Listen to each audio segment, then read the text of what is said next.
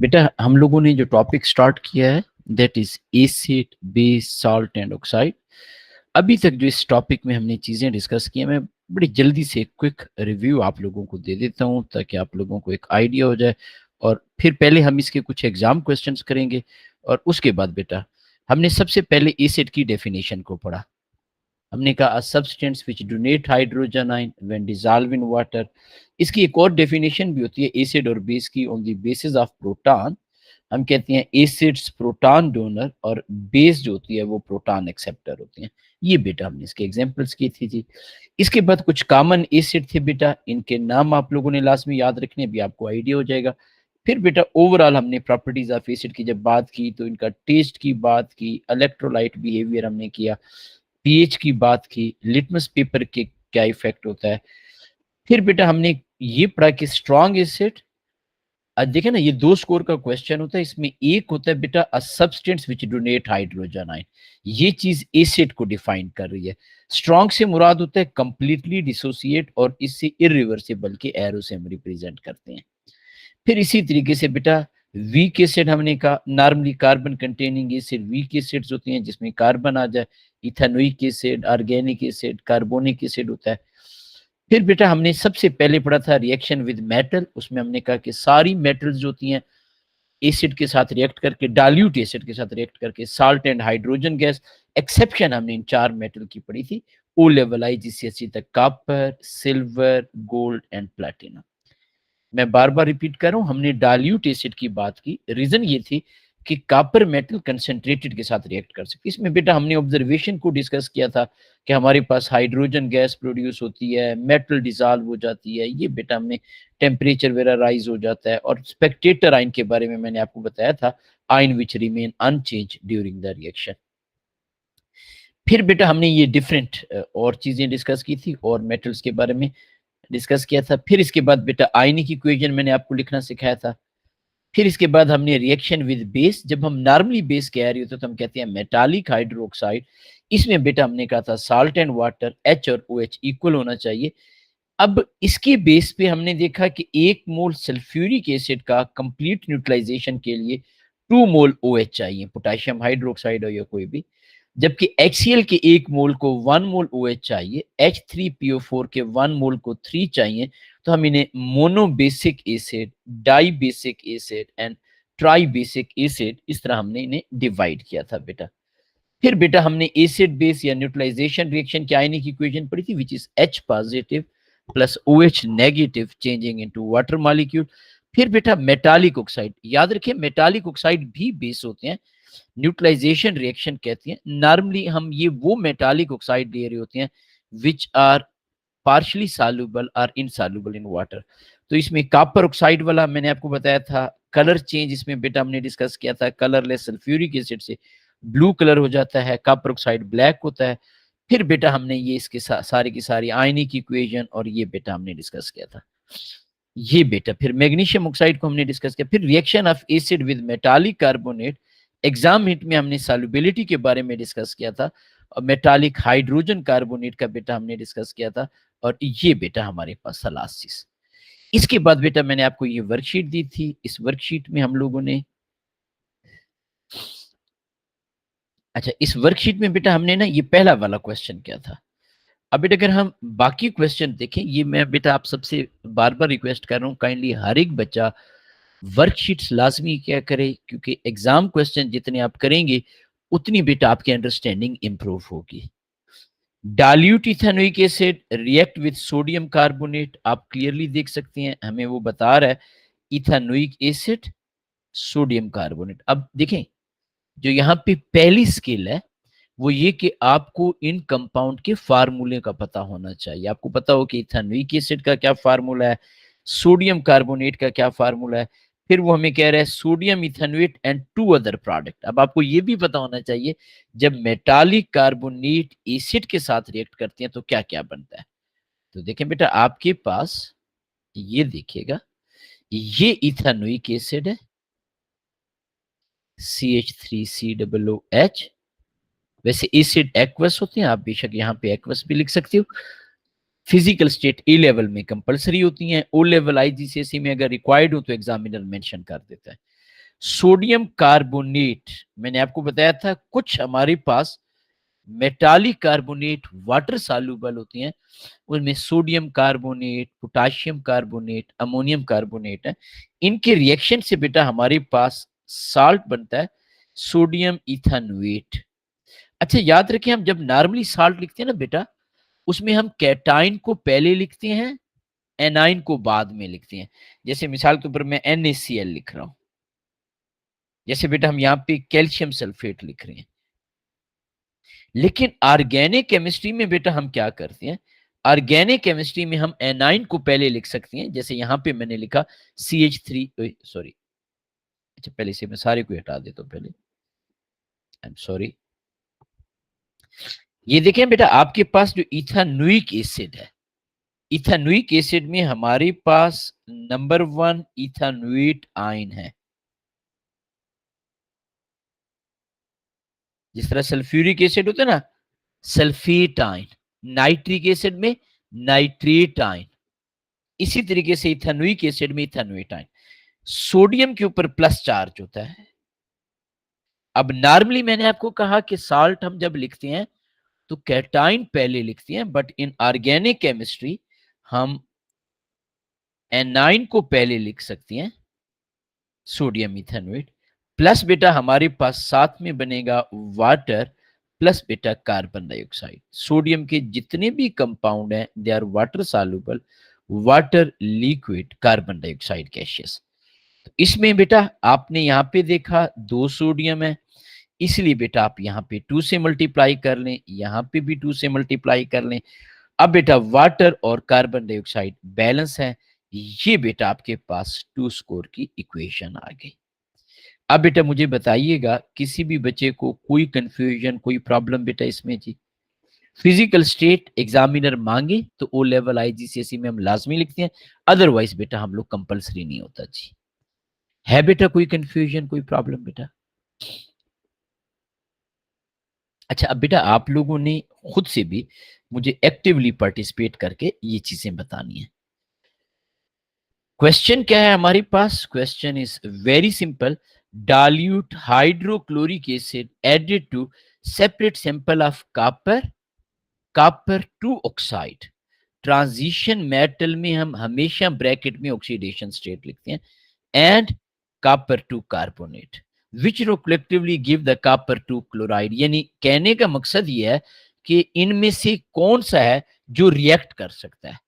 Acid बेटा हमारे पास dilute है, dilute acid never react with the copper metal, तो ऑप्शन ए और ऑप्शन सी को हमने एलिमिनेट कर दिया। अब बेटा कॉपर ऑक्साइड मेटालिक ऑक्साइड के लिए या मेटालिक कार्बोनेट के लिए हमने कोई भी लिमिट नहीं लगाई थी। मेटालिक ऑक्साइड और metallic carbonate they can easily react with acid, तो हमारे पास रिएक्शन होता है बेटा। तो इसका मतलब है कि हमारे पास D will be the right option, क्योंकि यहां पे ये वाली इंफॉर्मेशन रॉन्ग है, तो ये बेटा आपके पास आ गया। अब बेटा क्वेश्चन नंबर 4 आप लोगों ने बताना है, शाबाश। ABC में से जो आपका दिल करे आप टाइप कीजिएगा बेटा जी। जी बेटा, what is not a typical characteristic of acid? ये बेटा इसमें आपने मुझे बताना है कि इसमें से कौन सा करेक्ट हमारे पास ऑप्शन है बेटा।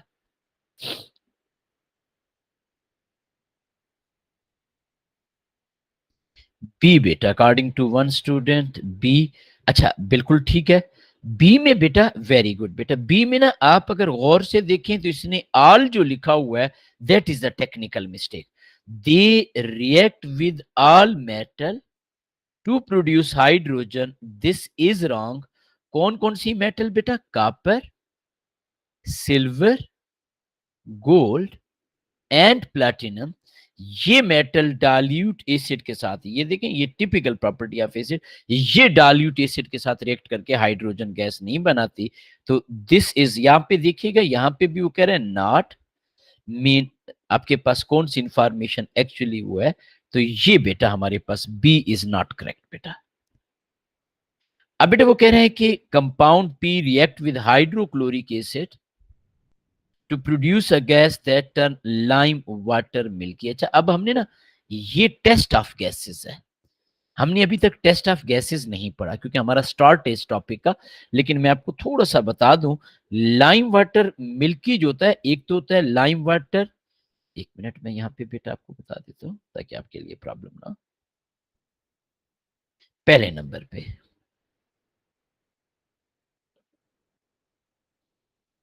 लाइम वाटर जो होता है, ये बेटा हम कहते हैं कैल्शियम हाइड्रो ऑक्साइड एक्वस को। ये हम जब बेस पढ़ेंगे ना, तो वहां पे बेटा हम इसकी प्रॉपर्टीज पढ़ेंगे। दूसरे नंबर पे कार्बन डाइऑक्साइड गैस जो होती है, carbon dioxide gas turns lime water milk. ये कार्बन डाइऑक्साइड गैस की एक प्रॉपर्टी होती है कि वो हमारे पास लाइम वाटर को मिल्की करती है। इसे बेटा हम टेस्ट फॉर कार्बन डाइऑक्साइड भी कहते हैं। What is this? This is test for carbon dioxide. तो ये जो हम रिएक्शन करवा रहे होते हैं एसिड का विद मेटालिक कार्बोनेट और मेटालिक हाइड्रोजन कार्बोनेट, उन रिएक्शन में जो गैस प्रोड्यूस हो रही होती है वो कलरलेस गैस होती है। हाइड्रोजन भी कलरलेस गैस है। इनमें डिफरेंशिएट कैसे किया जाता है? कार्बन डाइऑक्साइड जो होती है वो लाइम वाटर को मिल्की करती है। तो ये बेटा हमारे पास सोडियम कार्बोनेट, बेसिकली कोई भी मेटालिक कार्बोनेट हो सकता है। This is the right option बेटा। अब बेटा हम नेक्स्ट क्वेश्चन की तरफ चलें अगर, तो एग्जामिनर हमें क्या कह रहा है? एग्जामिनर हमें कह रहे हैं कि हमारे पास which statement about weak acid is correct. हम वीक एसिड की बात कर रहे हैं। तो आप सबको पता है वीक एसिड जो होती हैं दे पार्शली आयोनाइज्ड। ये ठीक है। देखो बेटा यहां पे वो कह रहा है they do not react with metal, गलत। हमने जब मेटल का रिएक्शन पढ़ा था विद डाल्यूट एसिड, तो हमने वहां पे डाल्यूट लिखा था, वीक या स्ट्रांग नहीं लिखा था। They do not react with strong alkali, ये भी बेटा अल्कली से मुराद होता है जो कंप्लीटली सॉल्युबल बेसिस होती हैं, आगे हम पढ़ेंगे भी सही, इन्हें हम स्ट्रॉन्ग बेसिस कहते हैं। तो ये बेटा बेस के साथ रिएक्शन में भी हमने वीक या स्ट्रॉन्ग की बात नहीं की थी।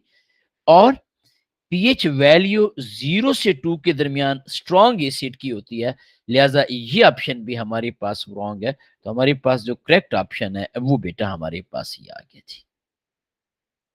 अब बेटा nitrogen dioxide react with water to form nitric acid, nitric acid, nitrous acid, ये HNO3 और ये nitrous acid. Nitric acid is a strong acid, यहाँ पे nitrous acid is a weak acid. Describe an experiment to distinguish. अच्छा, ये जो बेटा question है, ये इस तरह के क्वेश्चन है, ये वैसे थ्योरी में भी आते हैं, नॉर्मली हमारे पास ATP के पेपर में भी आते हैं। अब बेटे स्ट्रॉन्ग एसिड क्या होता है? अगर आपको याद हो, स्ट्रॉन्ग एसिड कंप्लीटली डिसोसिएट हो जाते हैं। अब मैं यहाँ पे थोड़ा सा आप लोगों को और डिटेल में बताता हूँ, आप मेरी इस बात को थोड़ा सा गौर से सुनिएगा बेटा। बेटा ये HCl है आपके पास, या इसी एग्जामिनर ने हमें नाइट्रिक एसिड बताया हुआ है, ये नाइट्रिक एसिड एक्वस है, right.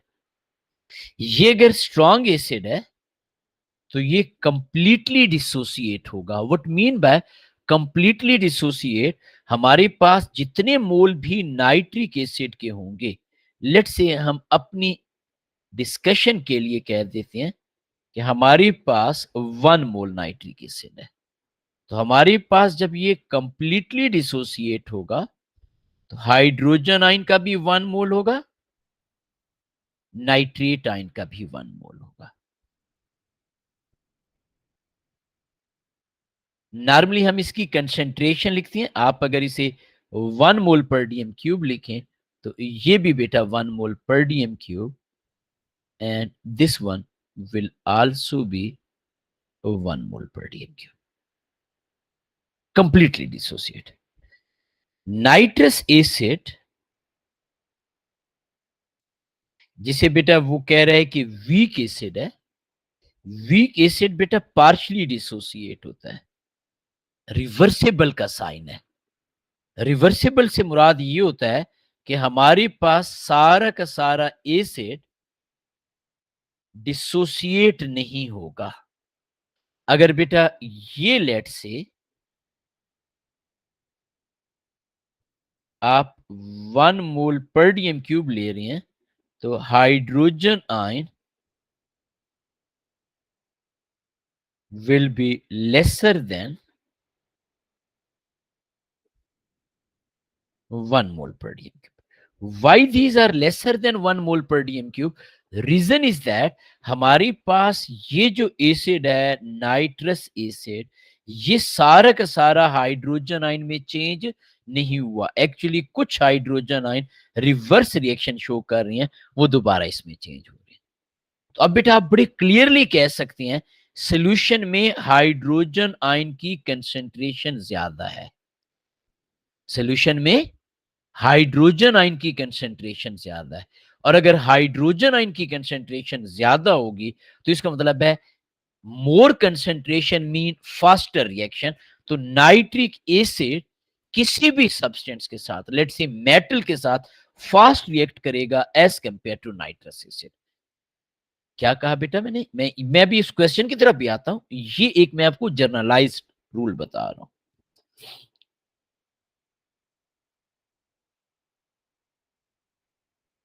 Same concentration of nitric acid and nitrous acid। यहां पे मैं लिख देता हूं for same concentration. Nitric acid will provide more hydrogen ion as nitric acid will completely dissociate। Nitric acid हमें ज्यादा हाइड्रोजन आयन प्रोवाइड करेगा, कंप्लीटली डिसोसिएट होगा। More hydrogen ion mean more concentration, more concentration mean faster the rate of reaction. तो अब बेटा हम इस सारे बैकग्राउंड, इस बैकग्राउंड में कोई है प्रॉब्लम बेटा किसी बच्चे को? क्या कहा है मैंने आपको? मैंने आपको कहा है कि एग्जामिनर हमें कह रहा है कि हमारे पास दो एसिड हैं, one is nitric acid, other is nitrous acid. अगर हम इन दोनों की कंसेंट्रेशन 1 मोल पर डीएम क्यूब 1 मोल पर डीएम क्यूब लें, जो एसिड कंप्लीटली डिसोसिएट हो गया, वहां पे हाइड्रोजन आयन 1 मोल पर डीएम क्यूब है। जो एसिड पार्शियली डिसोसिएट हुआ, वहां पे हाइड्रोजन आयन लेसर देन 1 मोल पर डीएम क्यूब है। एसिड जब रिएक्ट करता है तो एक्चुअली हाइड्रोजन आयन रिएक्ट कर रहे होते हैं। More hydrogen ion mean faster the reaction. याद है हम आयनिक इक्वेशन जब मेटल की डिस्कस करते थे या मेटालिक कार्बोनेट की डिस्कस करते थे, आपने देखा होगा कि वहां पे एसिड में नॉर्मली हम हाइड्रोजन आयन लिखते थे आयनिक इक्वेशन में। न्यूट्रलाइजेशन रिएक्शन को बेटा आप देखें, वहां पे हम हाइड्रोजन आयन लिखते थे। तो हाइड्रोजन आयन जो है वो बेटा हमारे पास मेन चीज है। तो अब बेटा higher concentration of hydrogen ion mean के हमारे पास ज्यादा डिसोसिएट हो रहा है बेटा। Lesser concentration of hydrogen ion mean के वो हमारे पास कम डिसोसिएट हो रहा है बेटा जी। तो ये बेटा अपनी थोड़ी सी चीजें हैं, छोटे से कंसेप्ट हैं, इसको आपने लास्ट में याद रखना है। तो अब बेटा मैं यहाँ पे आपके सामने इस चीज को थोड़ा सा और एक्सप्लेन करता हूँ। हमारा क्वेश्चन क्या है, मैं यहाँ पे दोबारा पहले क्वेश्चन दिखाता हूँ। Describe an experiment. हमने एक proper specific experimental procedure describe करना है टू डिस्टिंग्विश, जो हमें प्रॉपरली बताए कि विच acid is strong, which acid is weak. और हम ऑलरेडी ये डिस्कस कर चुके हैं, strong acid for the same concentration react faster. अब बेटा ये देखें, ये हम एक फ्लास्क ले ले, हम रेट ऑफ रिएक्शन में काफी डिटेल में ये चीजें डिस्कस कर चुके थे। लेट्स से यहां पे बेटा हम लोग ले रहे हैं, कोई भी अमाउंट आप लिख सकते हो, 25 cm क्यूब ऑफ 0.1 10 मोल पर DM cube nitric acid aqueous. अच्छा, आप ना कोई भी मेथड यहां पे यूज कर सकते हो जिससे हम रेट ऑफ रिएक्शन डिटरमिन करें। वो वॉल्यूम ऑफ गैस भी हो सकता है, वो डिक्रीज इन मास भी हो सकता है। वो याद है एक मैंने आपको बताया था जिसमें आप बबल काउंट कर सकते हो कि हमारे पास bubble count after 30 seconds for next 5 minute. ये बेटा हम एक और फ्लास्क ले लेते हैं।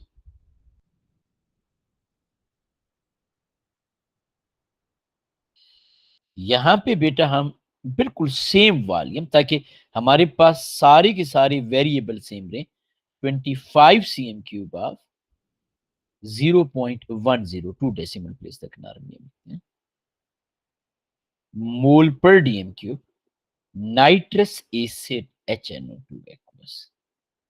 याद रखिएगा ये वाला वीक एसिड है, ये वाला स्ट्रॉन्ग एसिड है। अच्छा, अगर आप आईजीसीएसई के स्टूडेंट हैं तो आपके पास एटीपी के पेपर में लास्ट क्वेश्चन, वैसे जीसी में भी आजकल आता है लेकिन आईजी में कंपैरेटिवली ज्यादा होता है, उसमें डायग्राम वगैरह भी बनानी पड़ सकती है। डिजाइन एक्सपेरिमेंट हम उसे कहते हैं, या प्लानिंग आपके पास, तो उसमें ये बड़ा हेल्पफुल हो जाता है। इसमें बेटा कोई एक मेटल ऐड कर दें जो आपका दिल करे, या मेटालिक कार्बोनेट। लेट से हम यहाँ पे जिंक सॉलिड ऐड कर देते हैं, अमाउंट भी हम मेंशन कर देते हैं, लेट से हम कहते हैं 1 ग्राम, ऐसे ही रेंडमली बेटा। यहाँ पे भी बेटा हम 1 ग्राम ऑफ जिंक सॉलिड। मैंने आपको कहा ना कि हमने हर एक फैक्टर, हर एक variable which can effect the rate of reaction और अमाउंट ऑफ द प्रोडक्ट, उसे हम कांस्टेंट रखेंगे, सवाए इसके कि एक स्ट्रॉन्ग एसिड है और एक वीक एसिड है। यहां पे बेटा आप लेट से गैस रेंज ले लेते हैं। यहां पे भी बेटा आप गैस रेंज, आपने कोई ऐसा हार्ड एंड फास्ट रूल नहीं है कि एट एवरी कास्ट आप ये डायग्राम बनाएंगे, और मैंने भी बड़ी रफ सी डायग्राम बना रहा हूं बेटा। अच्छा, वैसे नॉर्मली जब हम इस तरह की डायग्राम बनाते हैं ना, हम यहाँ पे ना कनेक्टर दिखा देते हैं। इसका मकसद क्या होता है कि ये जो गैस रेंज है it's a separate piece of operators, ये जो कनेक्टर है it's a separate piece of operators. यहाँ पे भी ऐसे ही हम एक कनेक्टर सा बना देते हैं, और इसे हम एयर टाइट शो कर देते हैं। एयर टाइट के लिए ना हम इस तरीके से ये कर लेते हैं, एयर टाइट ऑपरेटर्स।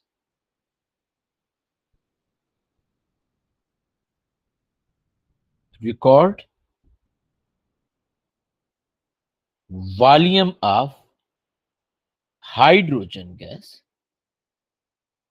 आफ्टर कोई स्पेसिफिक टाइम इंटरवल लिख सकते हैं, 10 second for next 100 second.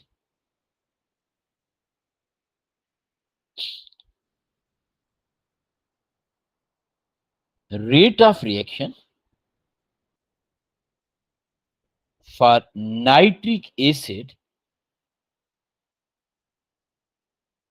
strong acid will be fast। अब बेटा हमें चूंकि एग्जैक्ट नहीं पता कि क्या 100 सेकेंड में रिएक्शन पूरा होगा या नहीं होगा, अब जब हम ये बात कर रहे होते हैं कि rate of reaction is faster, हम इसको थोड़ा सा और एक्सप्लेन करते हैं। कैसे एक्सप्लेन करते हैं? आपके पास more volume of gas for after 10 seconds, बेशक आप 20 सेकेंड लिख लो, फॉर नाइट्रिक एसिड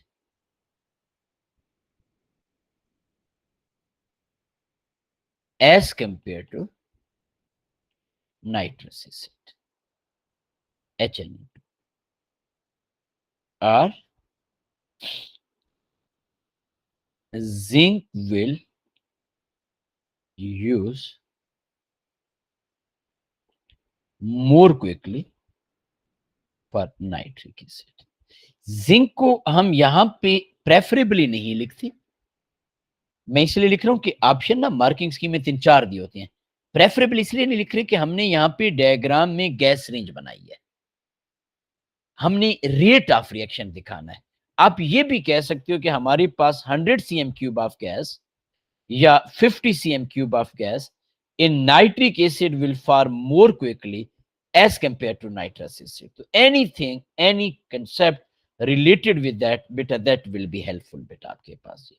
तो you can do anything। तो ये बेटा हमने बेसिकली बताना है। तो याद रखिएगा 2 स्कोर का क्वेश्चन है। कोई आई एम सॉरी, मैंने आपको बताया थोड़ी तबीयत हल्की सी चल रही है। इंशाल्लाह बेहतर हो जाएगी वेरी सुन। बेटा मैंने आपको बताया कि बेसिकली डिजाइन एक्सपेरिमेंट में भी आ सकता है, एटीपी के पेपर में भी आ सकता है, इसलिए मैंने आपको फुल डिटेल बैकग्राउंड बताया।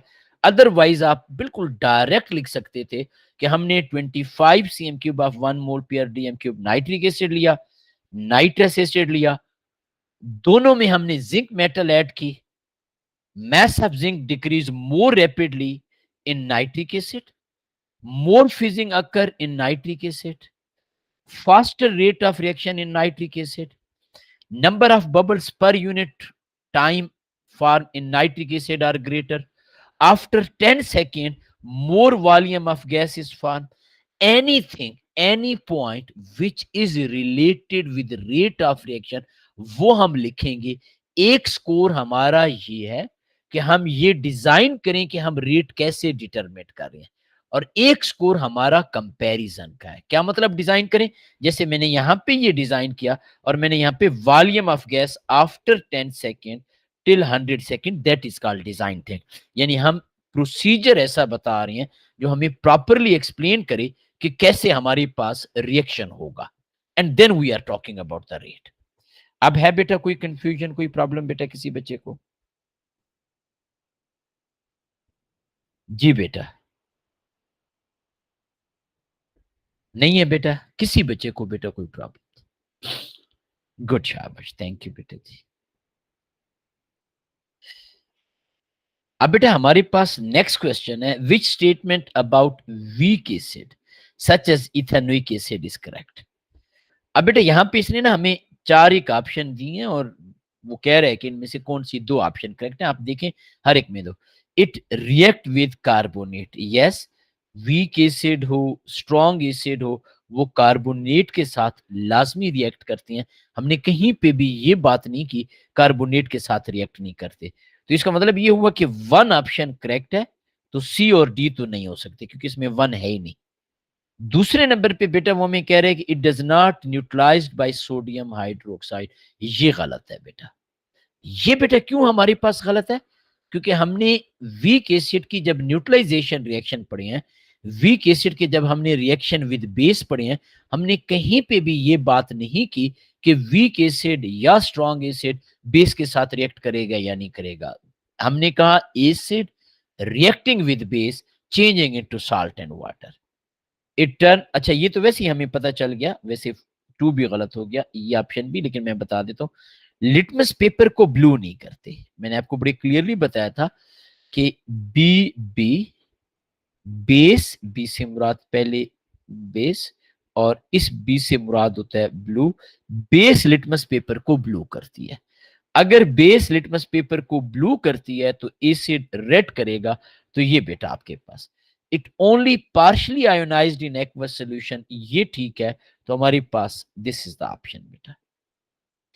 अब बेटा यहां पे वो कह रहा है, अच्छा हमने अभी चूंकि ये method of preparation of salt नहीं किया बेटा, इस क्वेश्चन नंबर 5, 9 एंड 10 दोनों को मैं फर्दर टाइम बिंग छोड़ देता हूं।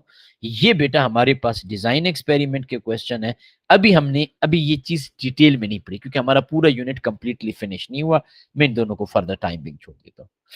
अ student has 5 reagent, dilute hydrochloric acid, यहाँ पे बेटा वो कह रहे हैं जी कि dilute sulphuric acid, dilute nitric acid.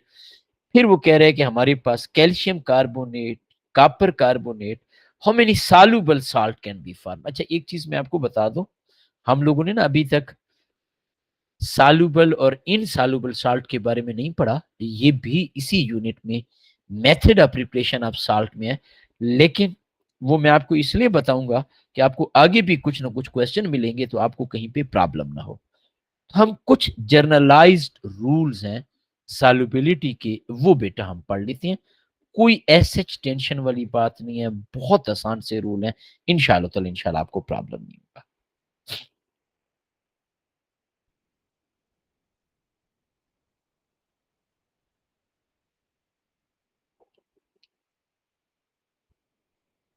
ये बेटा मैं इसलिए आपको बता रहा हूं, एक तो हमने method of preparation of salt में भी हमें हमारे काम आएंगे, क्योंकि साल्ट की जब हम प्रिपरेशन करेंगे तो हम कहेंगे कि हमारे पास कुछ वाटर सॉल्युबल साल्ट होती हैं, कुछ वाटर इनसॉल्युबल साल्ट होती हैं, their method of preparation are different.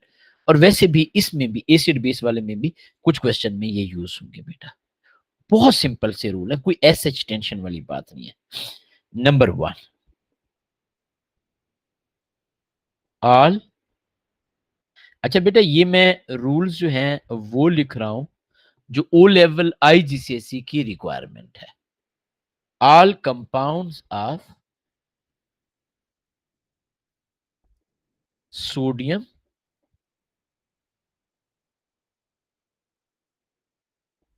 Potassium,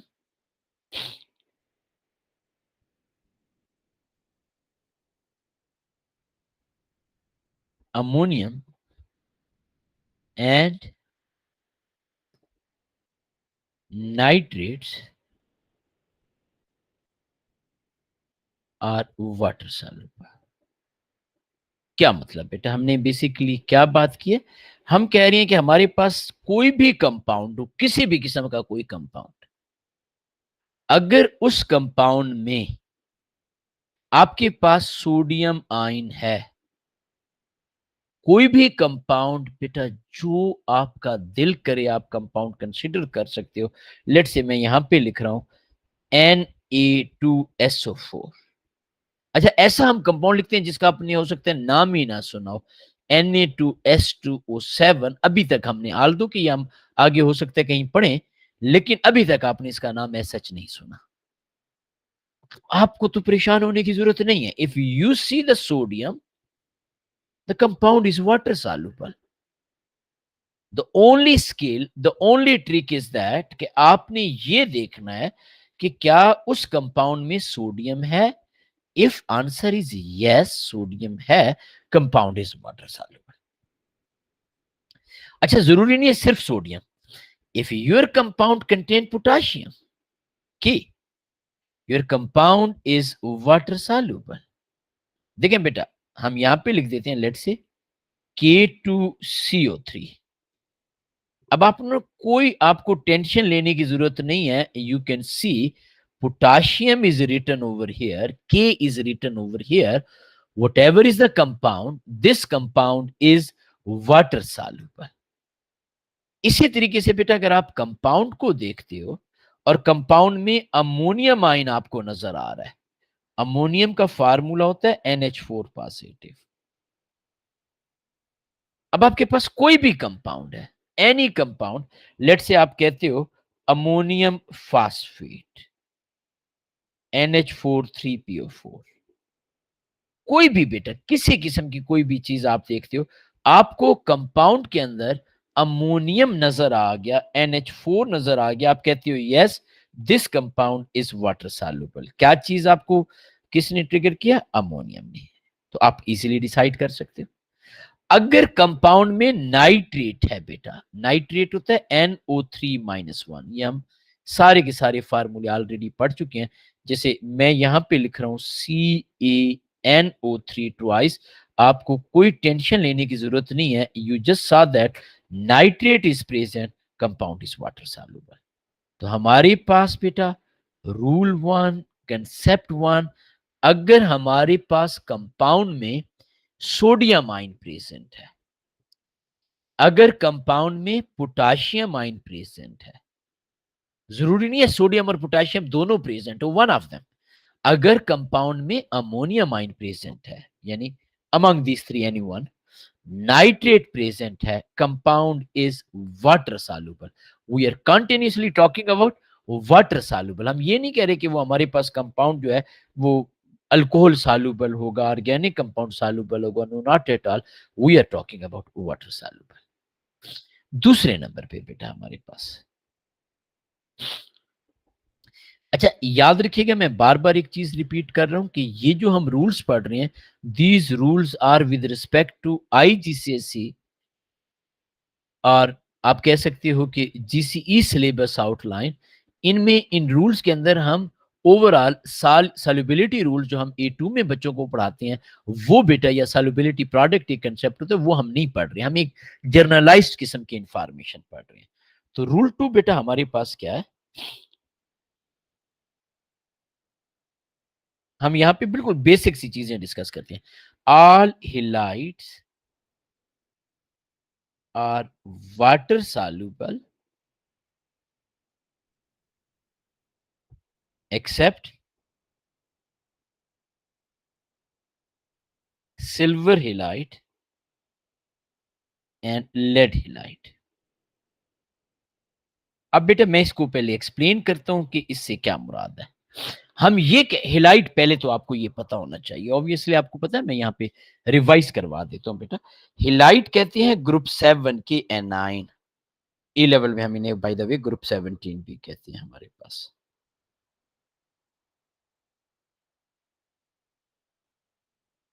group 7 anions को हम क्या कहते हैं बेटा, हेलाइट्स कहते हैं। फॉर एग्जाम्पल यहां पे बेटा मैं बता देता हूं, लेट से क्लोराइड, ब्रोमाइड, आयोडाइड, कुछ भी, फ्लोराइड, एस्टेटाइड, ये बेटा। अब अगर किसी भी कंपाउंड में ग्रुप 7 का एनाइन है, वो वाटर सॉल्युबल होगा, लेकिन एक्सेप्शन क्या है, सिल्वर एंड लेड हेलाइट। क्या मतलब बेटा, लेट से बेटा मैं आपके सामने कहता हूं कैल्शियम क्लोराइड, ये क्या है, वाटर सॉल्युबल।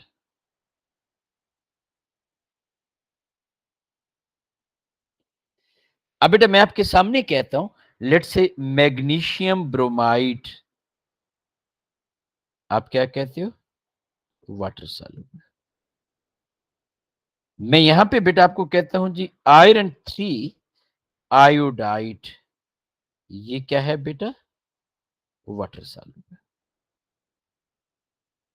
कौन से आपके पास हिलाइड वाटर सॉल्युबल नहीं है, मैंने यहां पे लिखा है सिल्वर हिलाइड। सिल्वर हिलाइड से मुराद है, लेट से आपके पास आ जाता है सिल्वर क्लोराइड, सिल्वर ब्रोमाइड, कोई भी बेटा हो सकता है, बेशक आप आयोडाइड लिख दे, यानी सिल्वर एंड आपके पास हिलाइड आयन, ये बेटा हमारे पास क्या है, इनसॉल्युबल है। इसी तरीके से बेटा हम कहते हैं लेड हिलाइट। लेड हिलाइट से क्या मुराद है, लेड हिलाइट से मुराद है, लेड से, लेड के ऊपर चार्ज होता है 2 पॉजिटिव, लेड क्लोराइड, वैसे 4 भी होता है लेकिन नॉर्मली हम 2 पॉजिटिव, लेड ब्रोमाइड, इसे भी बेटा लेड आयोडाइड कहते हैं। ये भी बेटा आपके पास क्या है, इनसॉल्युबल। तो ये वाले जो हमारे पास हैं, ये मैं स्पेसिफिकली आपको बता रहा हूं, यानी अगर आपके पास सिल्वर या लेड मेटल हिलाइट के साथ हो, तो ये बेटा हमारे पास वाटर इनसॉल्युबल है।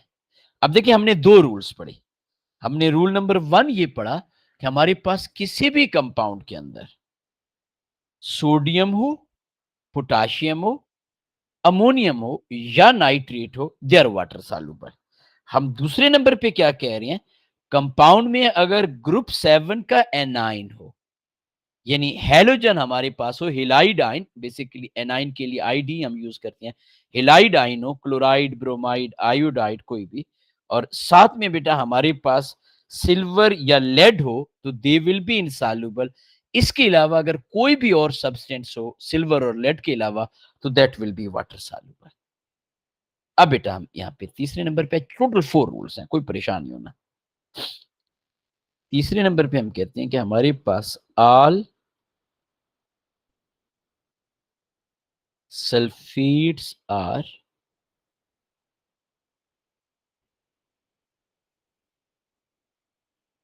Water soluble. इसमें भी बेटा हमारे पास एक्सेप्शन है। इसमें हमारे पास जो एक्सेप्शन है, इसमें पहले नंबर पे हम कहते हैं बेरियम सल्फेट,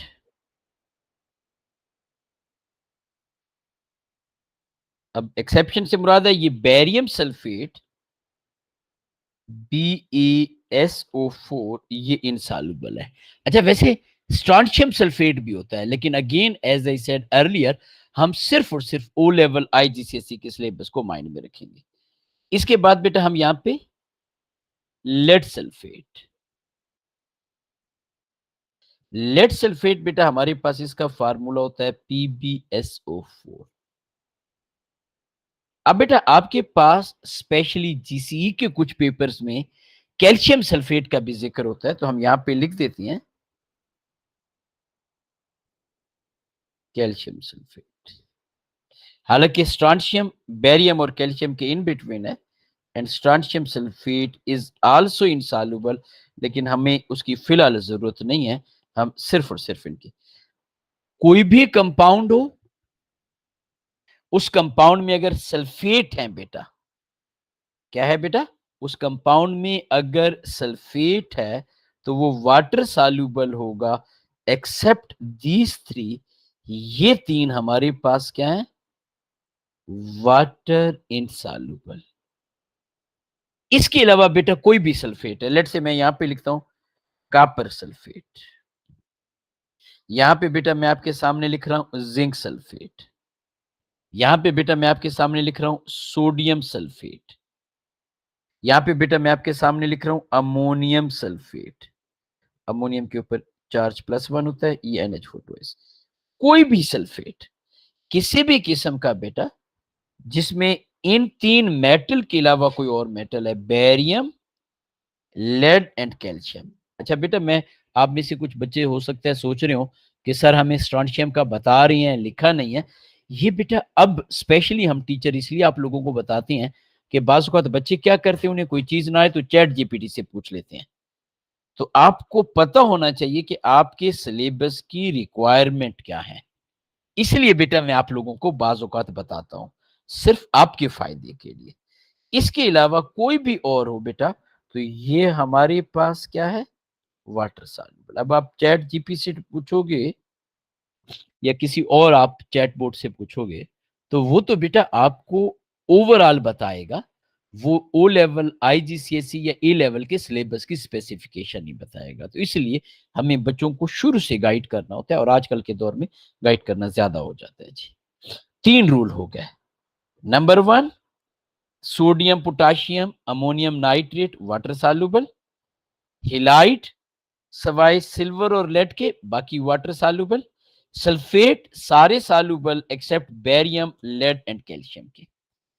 अब बेटा हम यहाँ पे आखिरी रूल पढ़ते हैं। अच्छा, कार्बोनेट की जब हम बात करते हैं, ये मैं पहले भी बता चुका हूं, कार्बोनेट इनसॉल्युबल होते हैं, लेकिन सोडियम के कंपाउंड वाटर सॉल्युबल होते हैं, इसलिए हम कहेंगे sodium carbonate is water soluble. Potassium के कंपाउंड वाटर सॉल्युबल हैं, तो हम कहेंगे potassium carbonate is water soluble. Ammonium के कंपाउंड सॉल्युबल होते हैं, तो हम कहेंगे ammonium carbonate is soluble. Otherwise all carbonates are insoluble in water.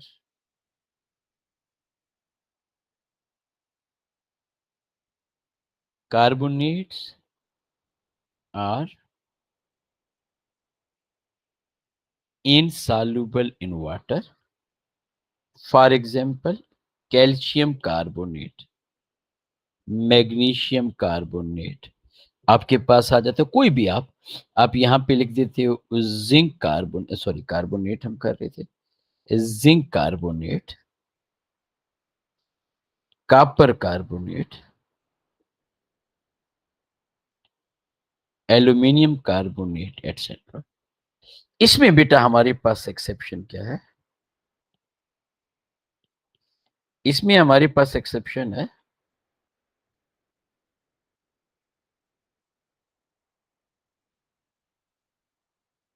Sodium carbonate, Na2CO3,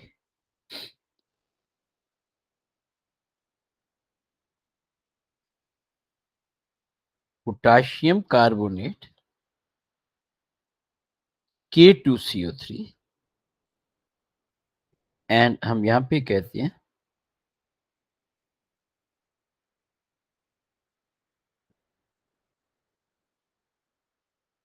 ammonium carbonate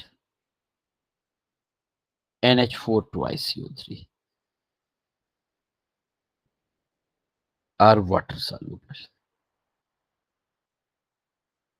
ये बेटा हमारे पास जो है दीज आर वाटर सॉल्युबल। इसके अलावा जितने भी कार्बोनेट्स हैं वो हमारे पास वाटर इनसॉल्युबल।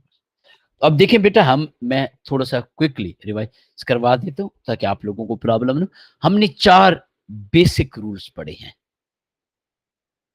सबसे पहले हमने कहा कि अगर कंपाउंड में सोडियम हो, पोटाशियम, अमोनियम या nitrate, they are water soluble. फिर बेटा हम कह रहे हैं कि अगर हमारे पास कंपाउंड में हेलाइड हो, हेलाइड मीन ग्रुप 7 एनाइन, तो ये बेटा हमारे पास वाटर सॉल्युबल है, लेकिन सिल्वर और लेड के हेलाइड इनसॉल्युबल है। फिर हम कहते हैं कि सल्फेट वाटर सॉल्युबल है, लेकिन 3 हमने सल्फेट पढ़े हैं, बेरियम, कैल्शियम और lead sulphate which are insoluble. फिर बेटा हम कह रहे हैं कि हमारे पास कार्बोनेट इनसॉल्युबल होते हैं। पहले तीनों में हम सॉल्युबल कह रहे थे, यहां पे क्या कह रहे हैं, इनसॉल्युबल। इसमें बेटा हम कह रहे हैं कि हमारे पास सोडियम, पोटाशियम, अमोनियम के कार्बोनेट सॉल्युबल होते हैं। ये एक्सेप्शन है, बाकी कार्बोनेट इनसॉल्युबल है। अब है बेटा कोई कंफ्यूजन, कोई प्रॉब्लम किसी भी बच्चे को बेटा? गुड, शाबाश, थैंक यू बेटे जी। अच्छा, तो अब बेटा हम इस क्वेश्चन की तरफ आते हैं और मैं आपको एक बहुत मजे का क्वेश्चन बताऊंगा, question number 15, which is very much challenging question. Question ये है कि एग्जामिनर कह रहे हैं हमारे पास एसिड कौन कौन से हैं। एक HCl है, एक सल्फ्यूरिक एसिड है, एक नाइट्रिक एसिड है। मैं यहां पे आपके सामने लिख देता हूं। एक एसिड आपके पास है HCl, एक सल्फ्यूरिक एसिड और एक नाइट्रिक एसिड। आप ऐड क्या कर रहे हैं? आप कैल्शियम कार्बोनेट और कॉपर कार्बोनेट ऐड कर रहे हैं।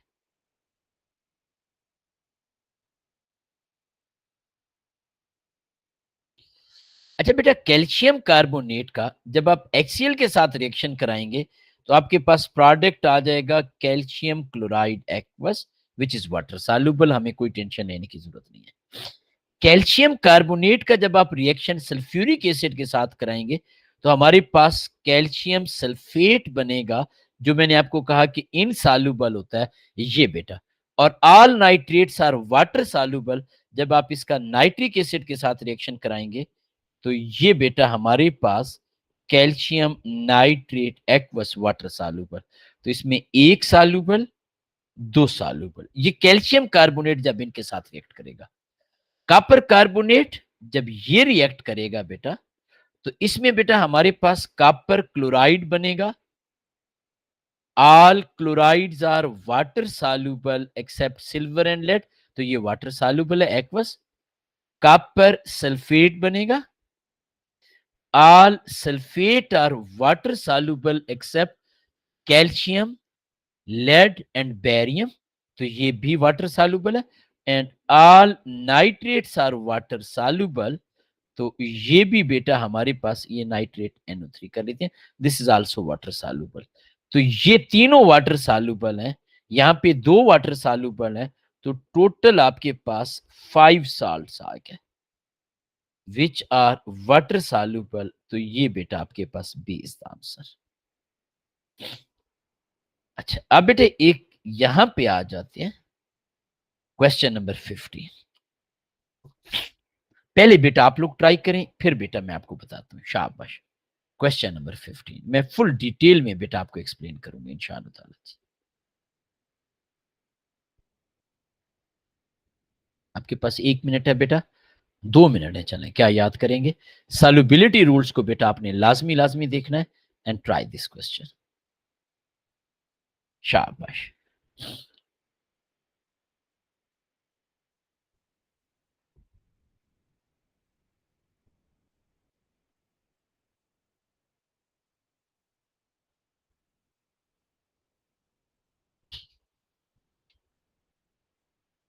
जी बेटा, आप में से कोई भी बच्चा मुझे आंसर बता सकता है, फिर मैं इसे एक्सप्लेन भी करता हूं बेटा।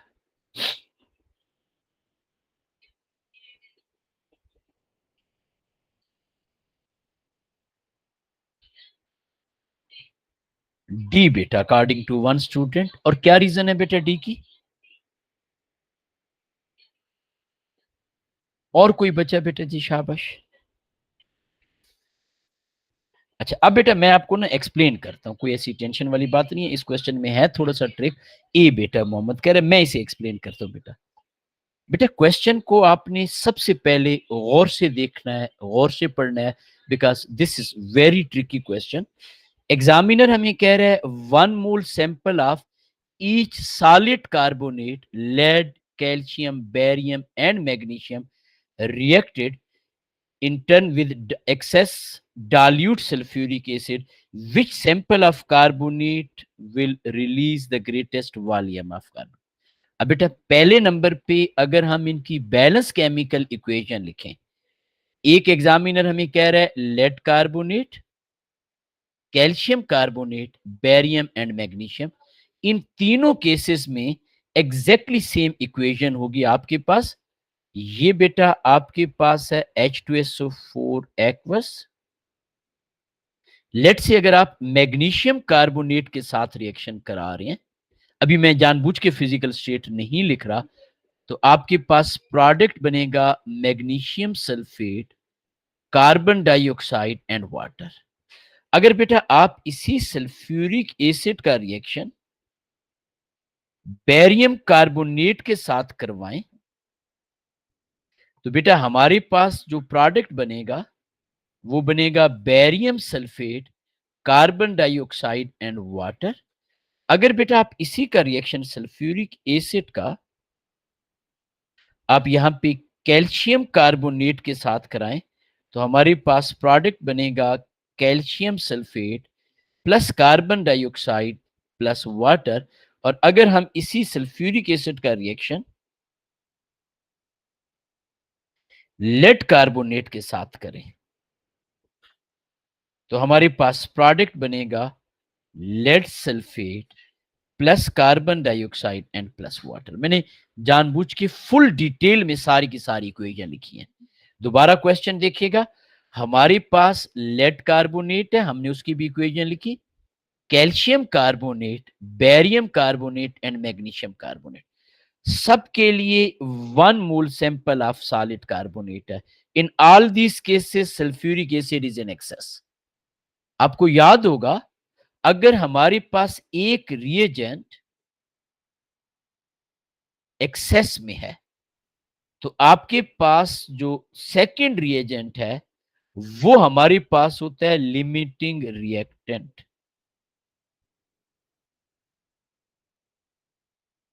और जो अमाउंट ऑफ प्रोडक्ट होती है वो डिपेंड करती है मोल ऑफ लिमिटिंग रिएक्टेंट पे। Now here is the challenge, if every limiting reactant has 1 mole and as per balance chemical equation 1 mole of each substance, you can clearly see this thing giving us 1 mole of carbon dioxide, then why examiner is asking which one will produce the greatest volume of gas? Limiting reactant का 1 mole है हर एक case में। According to balance chemical equation 1 mole carbon dioxide का produce हो रहा है। अगर same मोल limiting reactant के हैं, सेम मोल कार्बन डाइऑक्साइड के प्रोड्यूस हो रहे हैं, then why examiner is asking which sample of carbonate will produce the greatest volume of carbon dioxide? Why? तो आंसर इज वेरी सिंपल। गौर से सुनिएगा बेटा, हमारे पास मैं यहां पे लिखता जाता हूं, लेड सल्फेट इनसॉल्युबल होता है, barium sulphate, sorry calcium sulphate insoluble, barium sulphate insoluble, calcium sulphate soluble. अब आप सोच रहे होंगे सर इस सॉल्युबिलिटी का क्या कंसर्न है विद अमाउंट ऑफ प्रोडक्ट? अब बेटा थोड़ा सा और डिटेल में सुनिएगा, मैं यहीं पे 1 मिनट आपके लिए बना देता। This is very very important thing बेटा।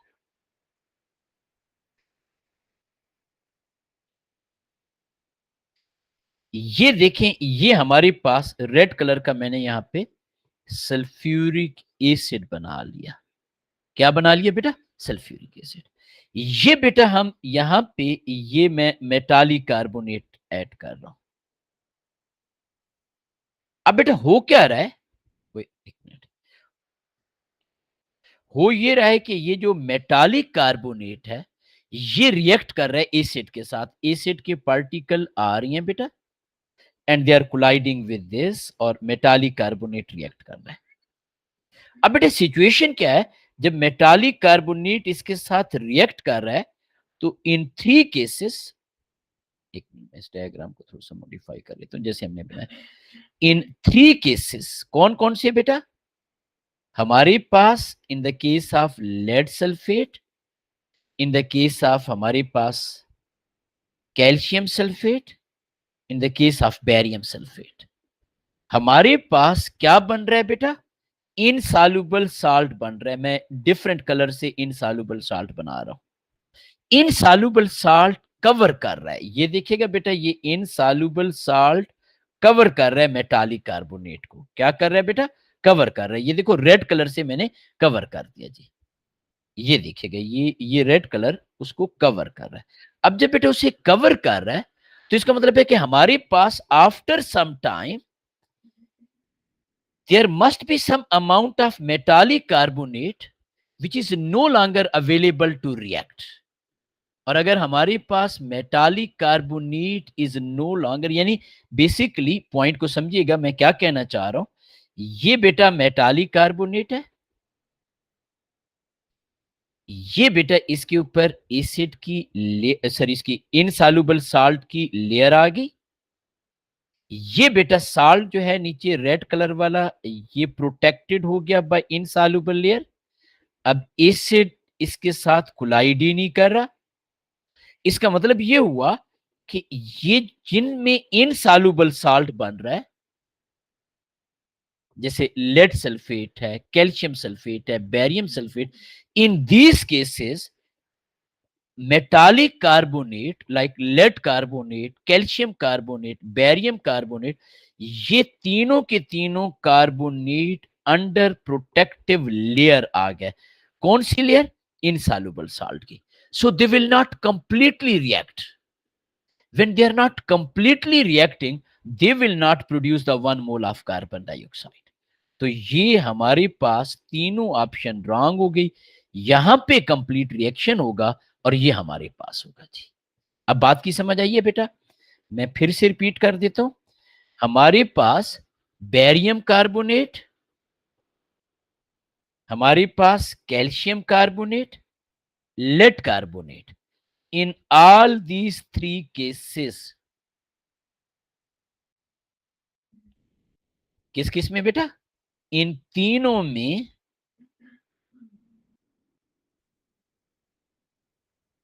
insoluble layer of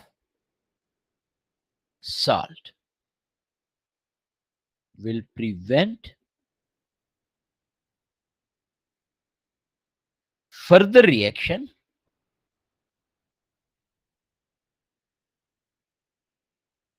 between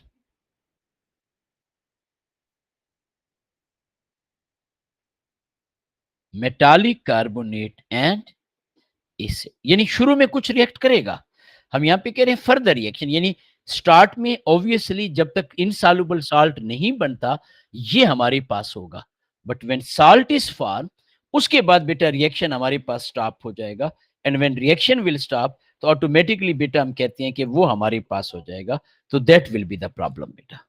तो ड्यू टू दिस रीजन इन तीनों केसेस में barium, calcium and lead, 1 mole of metallic carbonate will not completely react, so it will not produce 1 mole of carbon dioxide।